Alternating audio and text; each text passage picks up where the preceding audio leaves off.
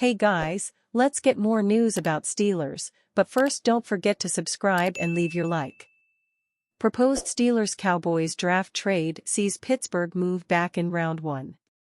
The Pittsburgh Steelers have a lot of options for what they can do with the 20th pick in the 2024 NFL Draft. Right now, offensive line seems like the obvious unit for the team to address, but there are still some people out there who think they could take a receiver with the pick. However, there's another interesting route they could go with pick 20. They could just not make the pick. There are a few teams out there who could be interested in moving up to 20. ESPN's Bill Barnwell crafted a hypothetical trade for every pick in the first round, including one that could see the Steelers to move back in round 1. The trade would see the Steelers send the 20th pick and 119th pick in this year's draft to the Dallas Cowboys in exchange for pick 24, pick 87, and pick 174. Here's what Barnwell had to say about the hypothetical deal. The Steelers could stand to add another offensive lineman, but they would probably be looking toward tackle as opposed to guard. This wasn't a deep team a year ago, and the days when they had homegrown talent waiting to burst through the ranks up and down the roster appear to be in the past. I'd like to see Pittsburgh add more depth across the board with this draft, and Mike Tomlin's team would have 5 top 100 picks if it did this deal. The Steelers have 4 major needs as they head into this year's draft. They need an offensive tackle, a center, a wide receiver, and a corner. Making this move could help them make sure they are able to address all of those needs. It's not because they need more draft picks. They already have 4 in the first 3 rounds, which would be enough to fill each of those needs. While Barnwell wants to see the Steelers add depth, what this deal would really give them is flexibility. Right now, the need that seems like it could be the toughest to fill is center. There are a few very good options in this draft, but the best of the group could all be taken between the Steelers' first rounder and their second pick. Making this deal would give them more capital to package with pick 51 to move up in round 2 and get one of those centers. It's something that the Steelers seem to want to do, as 93.7 The Fan's Andrew Filipponi said he has heard from sources that the Steelers are very interested in moving around the draft board to get Zach Frazier. This would allow them to do it without sacrificing the chance to address another position. It's also a move that might not change anything for them in round 1. The biggest benefit of this trade is that it probably doesn't actually change much for the Steelers in round 1. They are expected to take an offensive lineman in the first round. DraftKings Sportsbook has that outcome listed at -330 right now.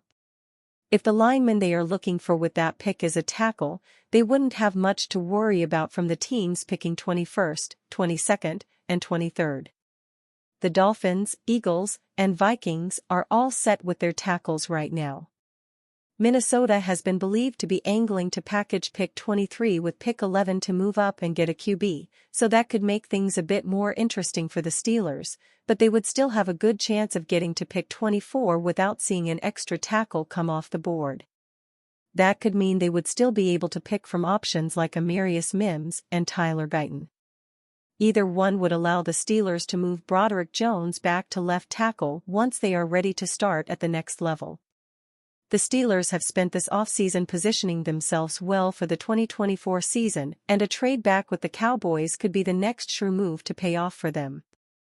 Breakfast with Ben's NFL Draft Preview, Front 7 Fits and Misses for Steelers. When the Pittsburgh Steelers were truly elite at team building, they could afford to spend high draft choices on front 7 defensive players who didn't necessarily have to come in and start right away but could contribute and evolve into long-term defensive stalwarts. Particularly along the defensive line.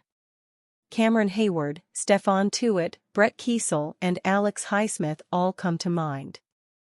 That's to say nothing of guys who were drafted high and started early, like Casey Hampton and Javon Hargrave. With all the holes the Steelers have had to fill in recent seasons, they haven't had the luxury of being able to throw a lot of high-quality collateral at building the next generation of their defensive line. Spending a second-round pick on Wisconsin's Keanu Benton last year was a bit of a return to that model. That move looks like it'll prove to be worthwhile.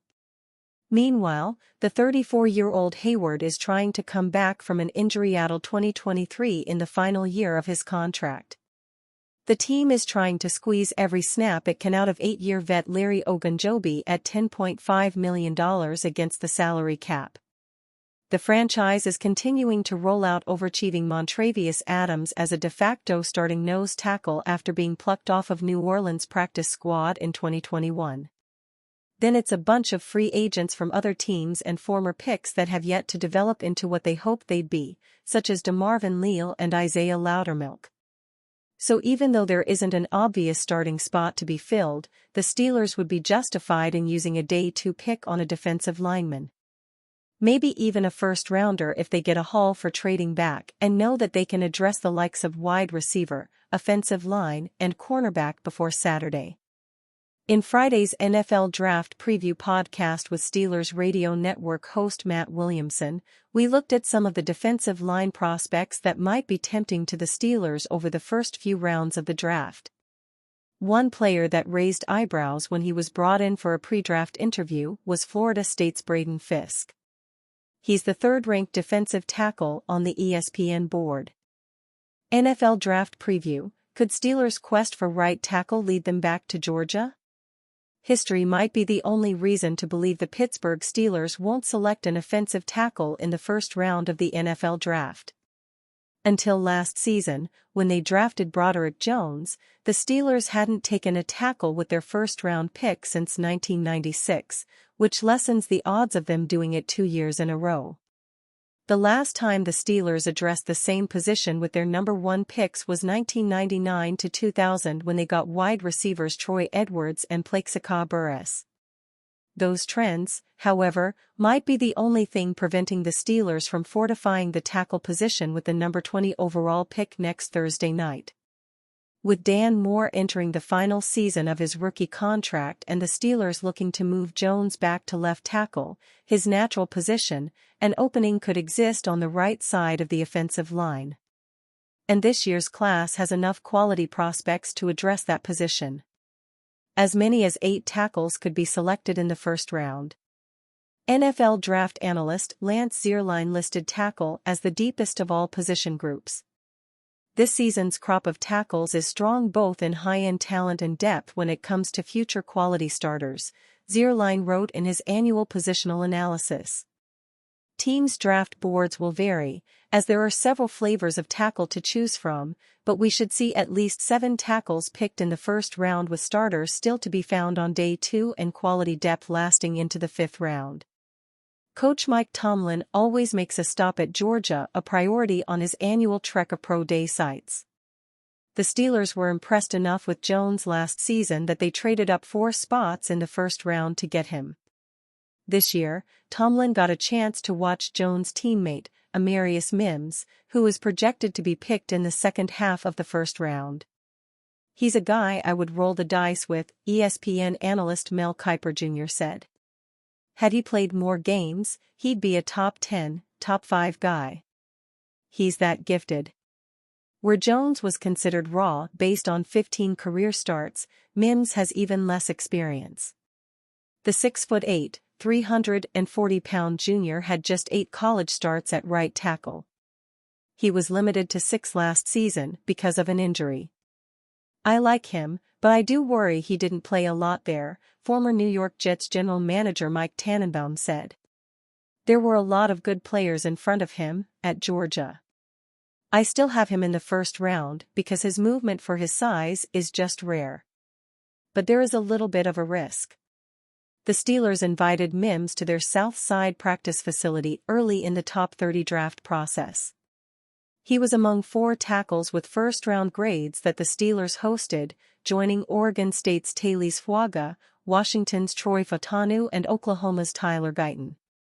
Fuaga is a really, really clean player for me, NFL Network analyst Daniel Jeremiah said. I think he's a plug-and-play as a right tackle. He could play guard if needed, but he's just really consistent. He has quick feet.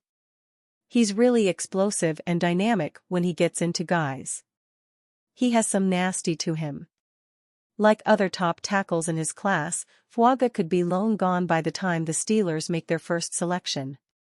Notre Dame's Joe Alt is viewed as the cream of the crop and is projected to go in the top 10. And you, fan, what do you think of the situation of Amarius Mims? Leave your opinion in the comments.